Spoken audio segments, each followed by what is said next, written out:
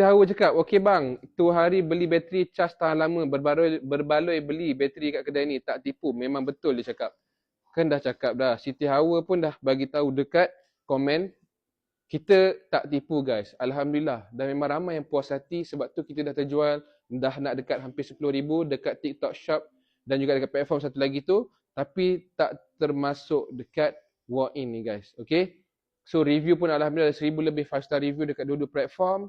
Dan juga guys, okay, bateri yang kita jual ni, capacity dia lebih tinggi daripada bateri original. Bateri have the function macam biasa untuk iPhone kata boleh diagnose, boleh hilangkan unverified parts itu dan dia akan naik status use. Dan yang paling best guys, kita bagi warranty 3 bulan. Ada apa-apa masalah memang kita akan kita akan gantikan dengan yang baru. Postage untuk kita pick up bateri lama dan juga hantar bateri baru semua kita akan tanggung. Kalau korang beli, korang akan dapat satu bateri ni LCD waterproof seal. Instruction kita bagi juga, ada tools semua siap untuk korang buka dengan selamat insya-Allah. Buat slow-slow, ikut video yang kita dah bagi.